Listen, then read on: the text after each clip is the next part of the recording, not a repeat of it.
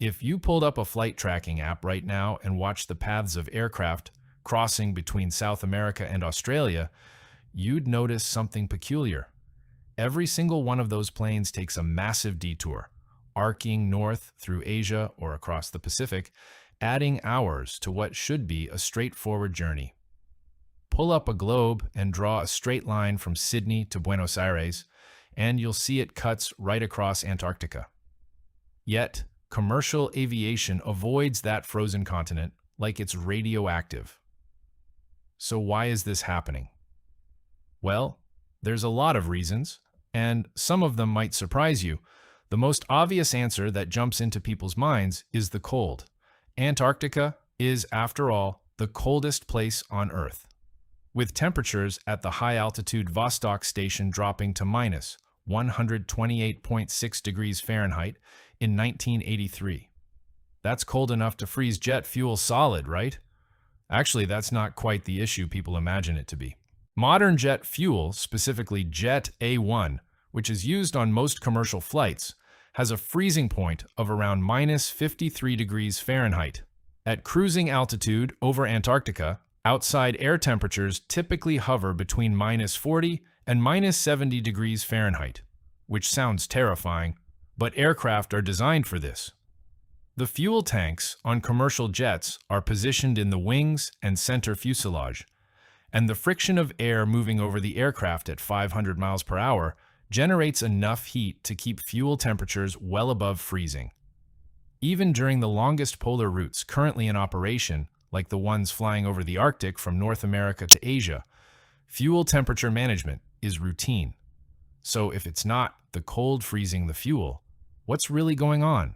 The answer lies in something pilots and aviation regulators call ETOPS, which stands for Extended Range Twin Engine Operations Performance Standards. Though cynics in the industry used to joke it meant engines turn or passengers swim. This is where things get interesting. Until the 1980s, if an aircraft had only two engines, it was prohibited from flying routes that would take it more than 60 minutes away from an airport where it could make an emergency landing. The reasoning was straightforward and brutal. If one engine failed, you still had another. But if that second engine failed, everyone would die. The chances of a dual engine failure were considered acceptably low if you were never more than an hour from help. But cross an ocean or a polar desert, and those odds became a stupidly huge risk that regulators and airlines weren't willing to take. Think about it like this.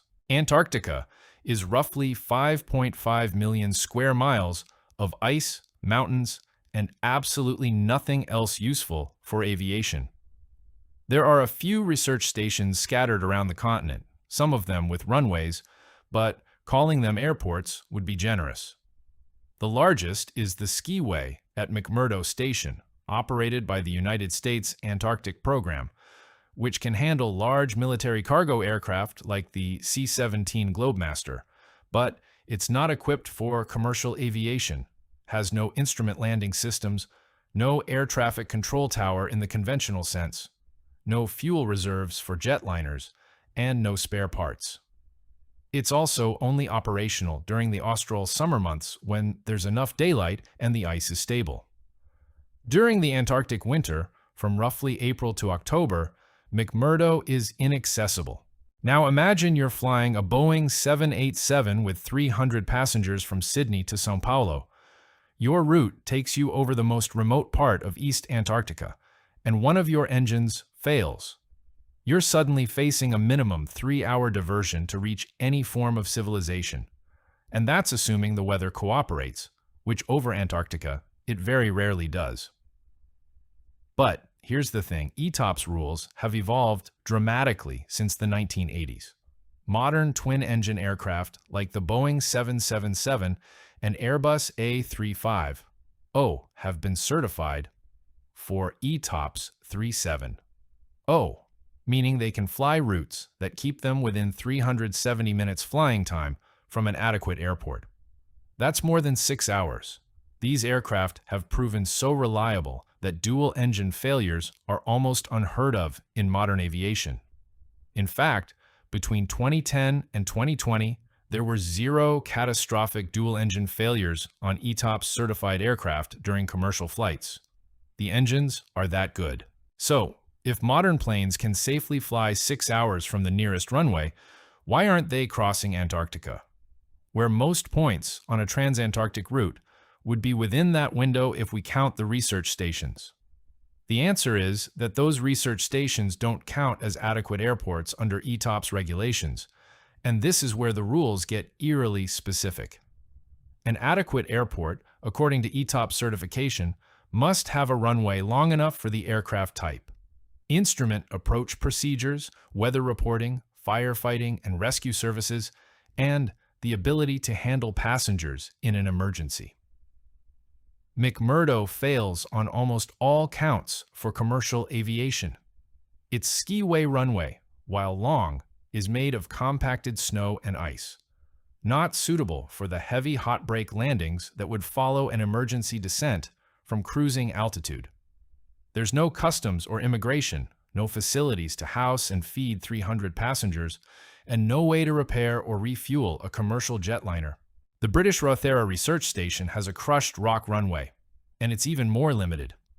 The Russian Novolazarevskaya Station occasionally receives an Ilyushin Il-76 cargo plane, but it's hardly a hub of aviation infrastructure. So when you map out any potential route across Antarctica, you're still violating ETOPS because there are no truly adequate airports along the way. Every airline knows this, and every regulator enforces it, which is why the flight paths curve north.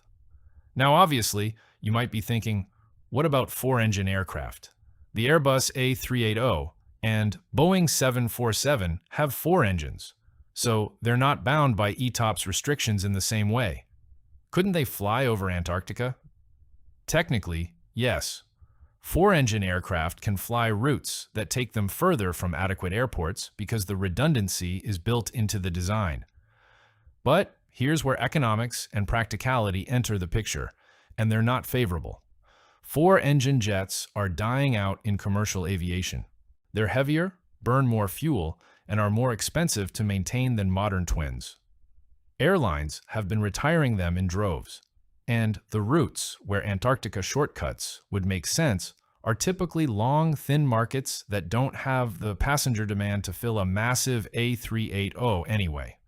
A flight from Sydney to Buenos Aires, even if it saved 4 hours by cutting across Antarctica, wouldn't generate enough revenue to justify operating a 4-engine jet when a twin-engine 787 can do the route more profitably by going the long way. It's a cruel irony, but aviation is driven by cents per seat mile, and the Antarctic shortcut doesn't pencil out. This leads us into problem number 2, and it's a big problem looming on the horizon, or rather beneath it. Magnetic navigation near the poles is a nightmare. The Earth's magnetic field lines converge at the magnetic poles, and near the South Magnetic Pole, which is currently located off the coast of East Antarctica in the Southern Ocean, compasses become wildly unreliable. The magnetic declination, which is the difference between magnetic north and true north, swings dramatically in polar regions. In some parts of Antarctica, a magnetic compass might point 30 or 40 degrees away from true north, and that error changes depending on exactly where you are. For most of aviation history, this made polar navigation somewhere between difficult and impossible. Pilots couldn't trust their compasses, and dead reckoning over a featureless white expanse was a recipe for disaster. Fortunately, modern aircraft don't rely on magnetic compasses for primary navigation anymore. They use GPS and inertial reference systems, which are unaffected by magnetic interference. A GPS satellite constellation gives you your position to within a few meters anywhere on Earth, and inertial systems use accelerometers and gyroscopes to track movement independently of external references. So magnetic weirdness isn't the showstopper it used to be. But there's a related problem that is very much still relevant, and that's communication. High-frequency radio, which aircraft use for long-range communication when they're out of range of VHF ground stations, relies on bouncing signals off the ionosphere. Near the poles, the ionosphere behaves unpredictably due to solar radiation and the Earth's magnetic field, which means HF radio can be intermittent or completely unavailable. Satellite communication systems like Iridium and Inmarsat have improved the situation, but there are still coverage gaps and reliability issues in the high southern latitudes. If something goes wrong over Antarctica and you can't communicate with air traffic control or company operations, that emergency becomes exponentially more dangerous. It's not an insurmountable obstacle, but it's another layer of risk that airlines and regulators have to weigh. Let's talk about weather, because Antarctic weather is in a category of its own. The continent is encircled by the Antarctic circumpolar current and the polar vortex, a persistent, low-pressure system that traps frigid air over the ice. Storms develop with terrifying speed, and winds can exceed 200 miles per hour in certain areas. The katabatic winds, which are gravity-driven flows of dense, cold air rushing down from the high interior ice sheets toward the coast, are some of the strongest and most consistent winds on the planet. At Commonwealth Bay, average wind speeds are over 50 miles per hour, year-round. Now imagine trying to make an emergency landing at a research station in those conditions. Even if the runway is theoretically usable, if the crosswinds are gusting at 70 miles per hour, you're not putting a commercial jet down safely. The weather forecasting for Antarctica is also less reliable than for other regions because there are fewer weather stations and the models struggle with the extreme conditions. A route that looks clear when you plan your flight could be socked in by a whiteout blizzard by the time you need it. But what's causing this gigantic reluctance to even attempt regular Antarctic overflights, even with all the technological advances? If you guessed it ultimately comes down to risk versus reward, you'd be right. Every route an airline operates is a calculation. They weigh the fuel savings, the time savings, the passenger demand, and the operational risk. For Antarctica, the numbers simply don't add up. The fuel savings from a Great Circle route over the continent would be real but modest, maybe 10 to 15% compared to the current routes that arc through Asia or across the Pacific. But the risks are outsized. An engine failure, a medical emergency, a cargo fire, any one of dozens of potential in-flight emergencies that are manageable over populated areas become life-threatening over Antarctica. Airlines have to carry extra fuel as a safety reserve, which eats into the savings. They have to train crews specifically for polar operations, which adds cost. They have to certify their aircraft for extreme cold operations, which requires additional maintenance and inspection procedures. And for what? To shave 2 or 3 hours off a route that most passengers don't even fly because the demand between southern South America and Australia or New Zealand is relatively thin to begin with. Here's something quite sobering for me to think about. In the early days of Antarctic exploration, before aviation even existed, the continent was so remote and inhospitable that entire expeditions vanished. Robert Falcon Scott and his team died in 1912, returning from the South Pole, just 11 miles from a supply depot that would have saved them. Ernest Shackleton's Endurance expedition became trapped in ice in 1915, and the crew survived only through extraordinary luck and Shackleton's leadership during a desperate open boat journey to South Georgia Island. These weren't fools or amateurs. They were the most experienced polar explorers of their time, equipped with the best technology available, and Antarctica nearly killed them anyway. Fast forward to the Jet Age, and the continent is still fundamentally hostile to human presence. The difference is that now we're flying 300 people at a time in a pressurized aluminum tube at 40,000 feet, and the margin for error is microscopic. There is one exception to the no-fly rule over Antarctica, and it's worth examining because it proves how niche and specific these operations have to be. Qantas and Air New Zealand both operate sightseeing flights over Antarctica during the austral summer. These flights depart from Australian cities like Sydney or Melbourne, fly south over the Southern Ocean and the Antarctic coast, circle over the Ross Sea and McMurdo Sound, giving passengers a view of the ice shelves and mountains, and then return north, all without landing. The entire journey takes about 12 hours, and tickets sell for thousands of dollars. But these flights are meticulously planned, with multiple layers of safety redundancy. They only operate during the summer when weather is most stable, and McMurdo Station is fully operational as a potential emergency diversion. They fly 4-engine aircraft when available, or ETOPS certified twins with extended fuel reserves. The routes are designed to keep the aircraft within range of McMurdo or the Australian Antarctic stations at Casey or Davis, and the crews undergo specialized polar training. Even with all these precautions, the flights are sometimes canceled or rerouted due to weather. It's a very different proposition from regular scheduled commercial service, and it illustrates exactly why airlines don't attempt the latter. That brings us to a historical precedent that haunts the aviation industry's relationship with Antarctica even today. On November 28, 1979, Air New Zealand Flight 901, a DC-10 on a sightseeing flight over Antarctica, crashed into the side of Mount Erebus on Ross Island, killing all 237 passengers and 20 crew members. The investigation revealed a cascade of errors. The flight coordinates had been changed in the aircraft's navigation computer the night before the flight, altering the route by a few miles so that it passed directly over Mount Erebus instead of safely to the side of it. The crew wasn't informed of the change, and they were flying in whiteout conditions where the snow-covered mountain blended seamlessly with the white sky, a phenomenon called sector whiteout. By the time they realized they were flying toward terrain instead of over open ice, it was too late.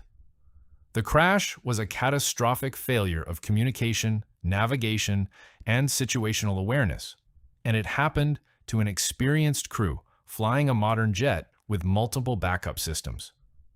The disaster reinforced every fear about flying over Antarctica and cemented the continent's reputation as too dangerous for routine commercial aviation. That was nearly 50 years ago, and the industry still remembers. So if the technology exists, if GPS and satellite communication have solved the navigation and communication problems, if modern engines are reliable enough to justify ETOPS 37, OA certification, why isn't anyone pushing to open regular routes over Antarctica? The answer is that technology is only part of the equation. The regulatory environment would need to change, and regulators are conservative by design, especially when it comes to passenger safety. The International Civil Aviation Organization, which sets global aviation standards, would need to create a new framework for polar operations that accounts for the unique risks of Antarctica. Individual countries would need to agree to provide emergency support infrastructure, which would be expensive and politically complex given that Antarctica is governed by the Antarctic Treaty System, a multilateral agreement that prohibits military activity and restricts commercial exploitation. Building even a basic emergency diversion airport that meets ICAO standards would require significant investment from multiple nations, and there's no clear economic or political incentive to do so. The handful of flights that would use it don't justify the cost, and the countries with Antarctic research stations are more focused on scientific missions than subsidizing commercial aviation. There's also a longer-term question about climate change and how it might affect Antarctic aviation in the future. The continent is warming, particularly the Antarctic Peninsula, which has seen temperature increases of nearly 5 degrees Fahrenheit over the past 50 years. The ice shelves are thinning, and some are collapsing. The Ross Ice Shelf, which is roughly the size of France, has seen accelerated melting in recent decades, and scientists predict it could become unstable within this century. If the ice dynamics change, the few research station runways that do exist might become unusable or require relocation. The weather patterns could shift, potentially making the already unpredictable Antarctic weather even more volatile. On the other hand, some researchers speculate that reduced sea ice in the Southern Ocean could improve accessibility to the continent for ships and possibly create new opportunities for coastal aviation infrastructure. But these are all unknowns, and aviation planning operates on much shorter timescales. Airlines need to know that a route will be viable and profitable for at least a decade, and the uncertainties around Antarctica's future make that impossible to guarantee. One thing is for sure, the economics of aviation are unforgiving, and Antarctica sits at the intersection of every possible challenge. It's remote, it's hostile, it's poorly equipped, it's politically complicated, and the demand for routes that would benefit from an Antarctic shortcut is limited. Even if you could build the perfect emergency airport at the South Pole itself, with a heated runway, full instrument landing systems, fuel reserves, and hotel accommodations for stranded passengers, you'd still have the problem that there are maybe 3 or 4 city pairs in the world where an Antarctic routing would save enough time and fuel to make it worthwhile. Sydney to São Paulo, Melbourne to Buenos Aires, Auckland to Santiago, Perth to Cape Town. These are thin markets with relatively low passenger volumes, and they're already served adequately by existing routes. The business case for an airline to invest millions of dollars in specialized training, equipment modifications, regulatory certification, and operational planning to serve these routes just doesn't exist. But let's imagine for a moment that it did.